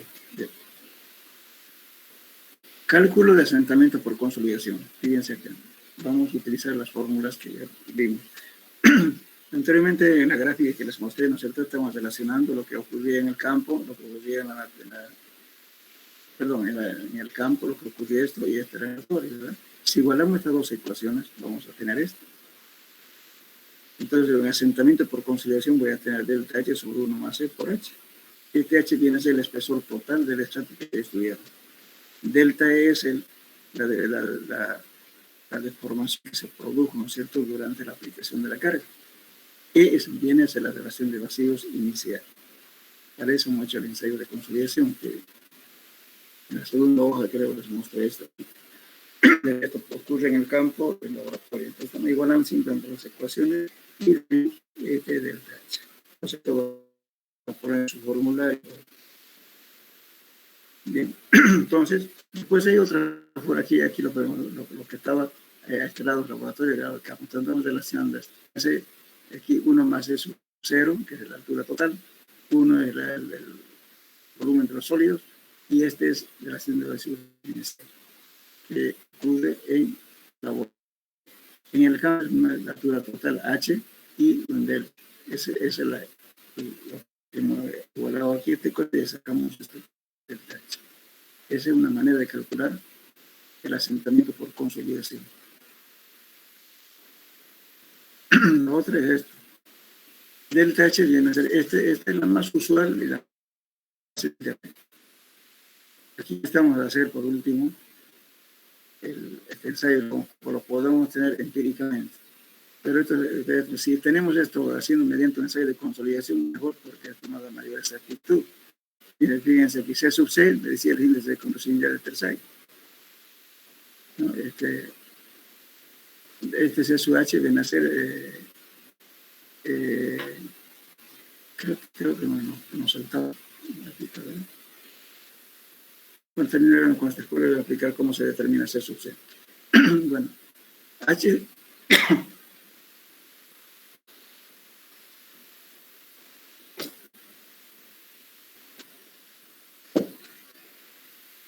En esta ecuación estamos viendo, fíjense, C sub C determinamos mediante las curvas iniciales que ven, o bien empíricamente. Que viene a ser H es igual a C sub C es igual a 0.09 por límite líquido menos 10. Es el C sub C determinado mediante un ensayo de límites de Atterberg, ¿no? Eso se llama índice compresivo de Tersay, se llama. Después les voy a dar los datos. Algunos valores que le voy a dar cuando es de baja complejidad, mediana compresividad, alta compresibilidad. Y H viene a ser la altura total del estrato que estoy estudiando.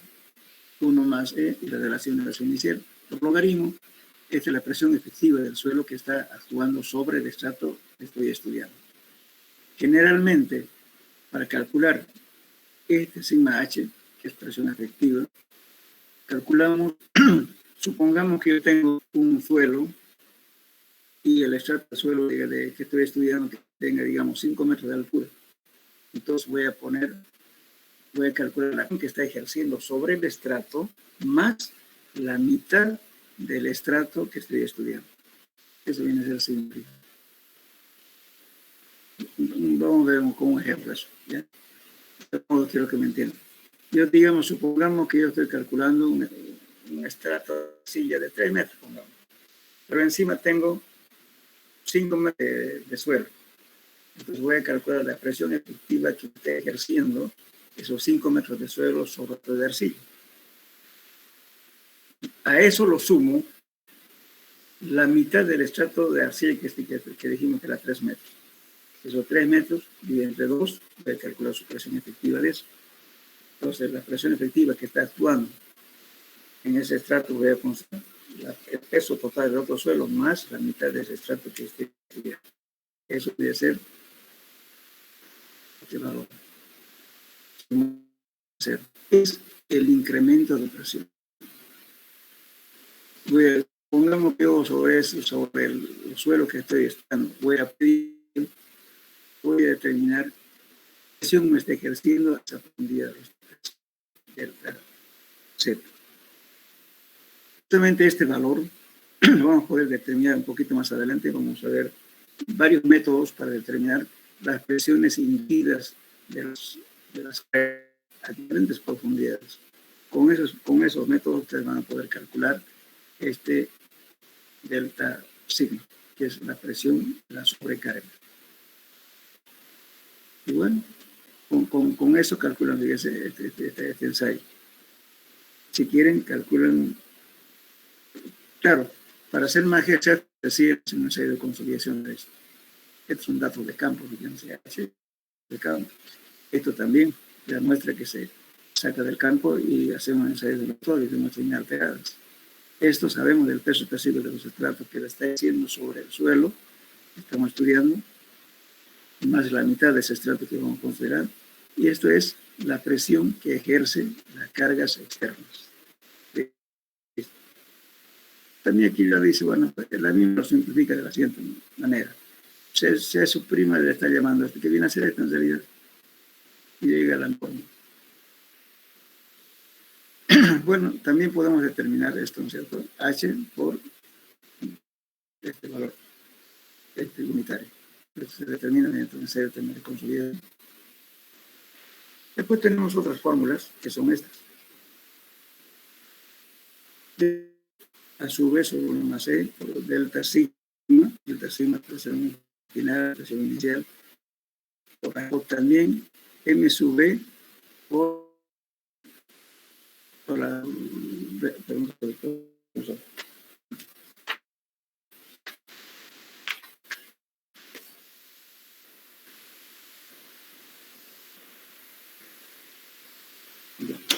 Aquí es delta sigma. M sub B por delta sigma, que es el incremento de presión, por H. También se puede calcular por ahí. Ya lo vimos esta fórmula, ¿no se acuerda? M sub B, ¿no? Por delta sigma prima, que es aquí, por H, altura total del estrato. O también podemos calcular por esto, delta sigma por H sobre E sub S sobre por H por la deformación unitaria. Y lo más usual, repito, esto y esta fórmula y esto. Más fácil. Entonces eso sería todo lo que es consolidación. Ahora vamos a ver, me salté para determinar el índice de compresión de Tersaglia.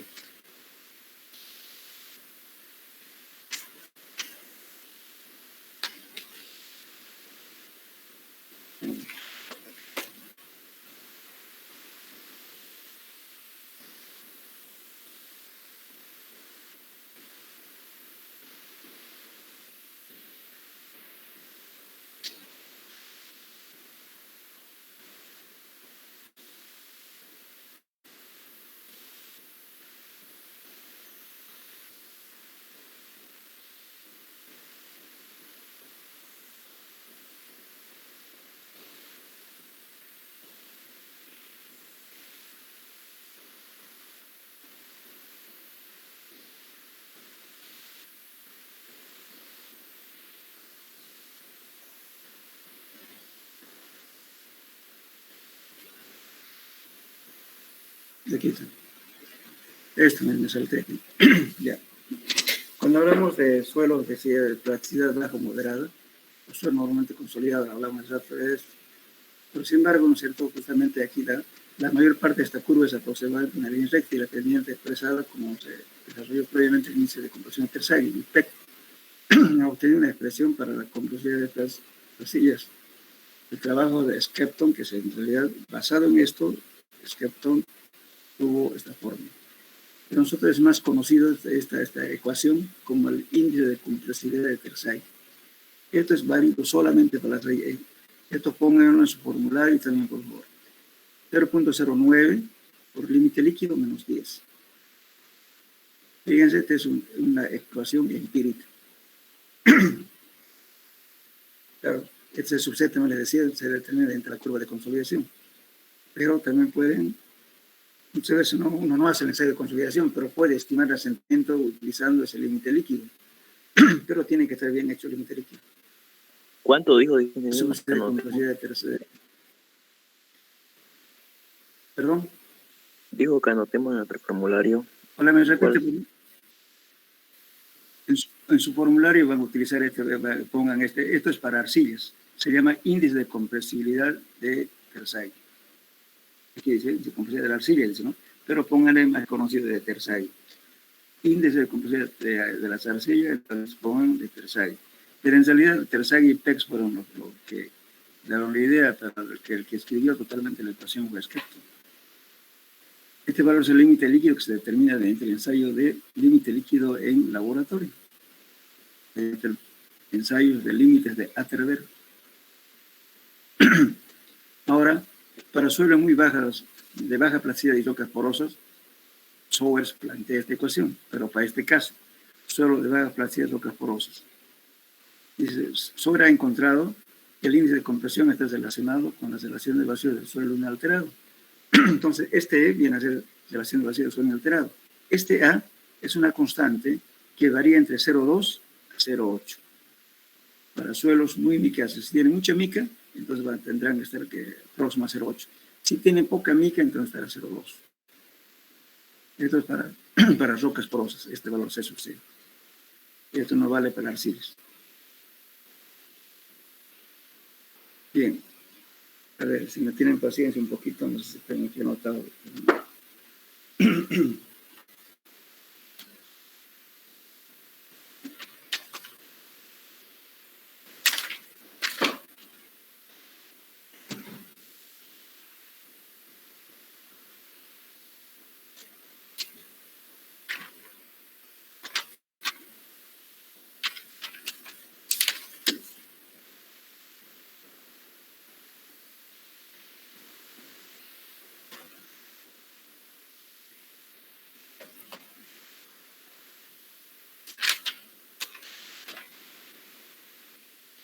A ver, anótenlo por favor, este valor. Lo voy a decir. El valor de esto, ¿ya? Ya. Cuando el índice de compresibilidad de este valor, el C sub C, está comprendido entre 0 a 0,19, ¿están anotando? Cuando este C, ¿cierto? Está comprendido entre 0 a 0,19, se dice de compresibilidad baja.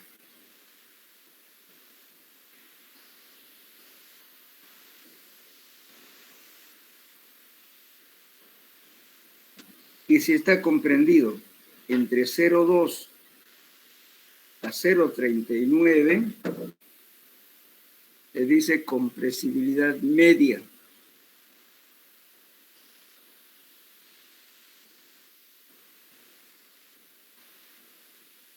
Repito, cuando está comprendido entre 0,2 a 0,39, compresibilidad media.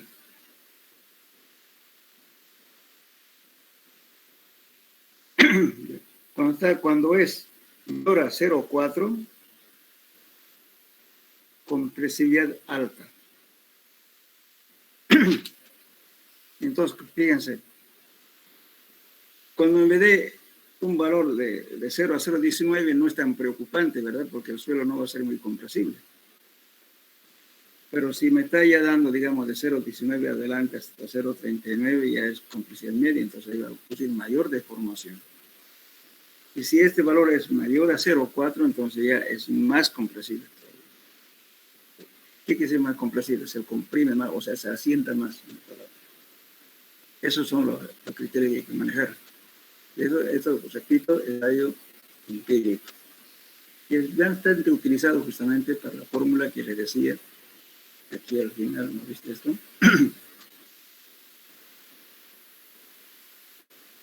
Aquí, en esta ecuación, fíjense, ese es el subset. Entonces, sin hacer consolidación, pueden estimar ustedes, ¿no? H lo van a conocer mediante el ensayo de consolidación, perdón, mediante el ensayo de SPT, lo que sea, mediante el sondeo, la altura total del estrato. Relación de vacíos también van a sacar una muestra inalterada y la hacen el ensayo de relación de vacíos. Eso también van a determinar porque los diferentes estratos que hay en el suelo con diferentes gamas y profundidad van a calcular presión efectiva. Este también es un dato. Tiene un edificio, van a tener a cuántos metros de profundidad está, entonces ahí calculan, ¿no es cierto?, cuál es la incidencia de ese peso, de esa presión del edificio a una profundidad determinada. Entonces, esto también es un dato que ustedes van a estimar. Todos los datos lo conocen, entonces calculan esto. Esto es un asentamiento promedio. Ahora, si ustedes quieren, con diferentes estados de carga, también pueden hacer, pero para eso ya necesitan ya el ensayo de consolidación. Entonces, esto es como una ayuda en forma rápida para hacer el asentamiento. Por eso siempre es importante que estos valores sean bien hechos desde el ensayo del límite líquido y la altura, pues se conoce el real del estrato. Si el sondeo llegó solamente hasta la mitad de la altura, ¿qué puede decir nada? Pues no va a poder calcular el asentamiento en función de la altura total del estrato. Además, si las caras son permeables, ¿no? Si sale agua, sale arriba o sale solamente abajo, no sabemos. Entonces, también es importante. Por eso, la persona que hace el estudio de suelo tiene que estar consciente de estos conceptos, ¿no? No puede dejarlo en la mitad de la arcilla. Pese que hay mucha gente pues denuente cuando le explican, mire, yo le profundicé porque necesitaba hacer más para esto. Difícil que el propietario le pague. Pues a veces hay que celebrar por responsabilidad. Bueno. ¿Alguna pregunta al respecto, jóvenes? Después vamos a hacer ejercicio de esto, por favor. Entonces, toda la fórmula que están viendo aquí, vayan anotándolo. ¿Alguna pregunta? ¿Alguna duda? ¿Alguna sugerencia? Ingeniero, ¿hay libro de esta materia como había en Suelos 1? ¿Perdón? ¿Usted tiene el libro en la fotocopiadora del 222 de esta materia? Sí, pero tengo en texto, no en esta edición, porque no le quiero publicar esto, lo que les di a ustedes en solo uno, por eso no le he hecho fotocopiar, pero lo que está como texto está en la fotocopiadora, frente a la organización hay una fotocopiadora debajo de la escalera, donde sirven jugo de coco. Ahí pide. También está la parte del laboratorio también. De todos modos, el laboratorio se lo voy a pasar en este semestre. Está esto. Se lo voy a pasar en el laboratorio, porque eso yo le hice un trabajo para el Instituto de Investigación de Tecnología, que ellos tenían que publicar como libro, pero no lo han hecho. No sé, porque la universidad tiene la obligación, no da el trabajo, debería publicar como texto para que ustedes lo tengan. Pero este semestre voy a exigir que lo hagan. Pero eso se los puedo pasar por internet, se los puedo pasar todo completo. Ustedes ya lo imprimen. Y justamente todos estos ensayos que estamos hablando está también en el manual del laboratorio. Y si no, van al Instituto de Investigación de Tecnología, que está al lado de la sala de profesores, pídanle una copia del CD, que se los faciliten, o un flash, lo que sea, y lo imprimen. Está bien, ingeniero, gracias. El manual de laboratorio está en suelos 1 y suelos 2 está en el laboratorio. Ya, le voy a decir, le voy a indicar un pequeño tablocito que por aquí, dice Manual Ilustrativo de Laboratorio Mecánica de Suelos, así dice el título. Manual Ilustrativo de Laboratorio Mecánica de Suelos. Efraín Pérez. Eso lo pueden ustedes pedir, que se lo facilitáis y lo copian. Y eso le pedí que impriman, pero no lo han estado. ¿Ya? Bien, entonces en esto quedamos, jóvenes, hasta la próxima clase. Al final, después de los problemas que está habiendo aquí, vamos a hacer problemas. Por eso preparen su formulario. Ya saben que el examen va a ser presencial. ¿Ya? Bueno, quedamos ya, jóvenes. Hasta luego. Hasta luego, ingeniero. Luego, ingeniero.